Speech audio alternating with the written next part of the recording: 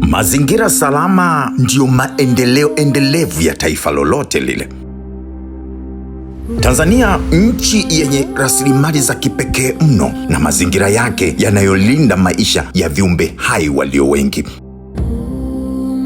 Ndani ya urithi huu kuna dhamana kubwa, dhamana ya kulinda mazingira haya. NEMC kama shirika lilianzishwa mwaka 83. Nilipata upingamizi mkubwa sana kwa sababu swala la mazingira ni mtambuka, linahusu karibu wizara zote. Kwa hiyo ilinichukua muda kukubalika kwamba Baraza la Hifadhi na Usimamizi wa Mazingira liwepo na kupata ushirikiano wa vyombo mbalimbali ambavyo viko nchini. Kila hatua ya ukuaji wa uchumi katika taifa, iwe ya miundombinu, viwanda au uwekezaji wowote ule, hutegemea msingi wa usalama wa mazingira endelevu. Wakati NEMC inaanza ilikuwa ni chombo cha ushauri.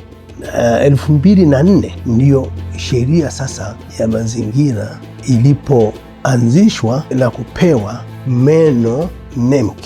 Kwa hiyo safari ya kuanza kusimamia mazingira ilianza na mimi nikiwa ofisini. Kazi yangu kubwa ilikuwa kwanza ni kuleta ufahamu wa jamii kuhusu sheria ya mazingira ambayo ilikuwa ni mpya, kuhakikisha kwamba watu wanajua jinsi ya kusimamia sheria. Kwa miongo minne sasa, juhudi zimeendelea kujengwa juu ya misingi ya sera, sheria na utaalamu. Katika mambo ambayo ni ya msingi, ukitaka kufanikiwa, nilijua kabisa kwamba ni elimu kwa jamii. Kwa hiyo tulitengeneza vibroshua, tulibuni maswali ya aina yoyote yanayoweza kuulizwa na jamii kuhusu katazo la mifuko ya plastiki, lakini vivyo tulitengeneza kanuni ya katazo la mifuko ya plastiki, na mpaka kufika mwezi wa 5 mwishoni, jamii nzima ya Watanzania ikawa imeelimika. Hakukuwa na mfuko wa plastiki tena kwenye jamii.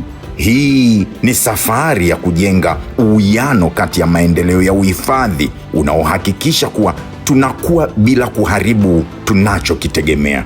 Mimi ni furaha yangu kubwa kwamba tumefanya kazi kubwa na tumefikisha mahala ambapo NEMC wanaiona inakuwa na mwelekeo. Mazingira ni mimi, mazingira ni wewe, mazingira ni Tanzania. Jukumu la kulinda mazingira halipo kwa taasisi pekee, ni jukumu la kila mmoja wetu. Ujumbe wetu mkubwa ni mmoja kwa jamii.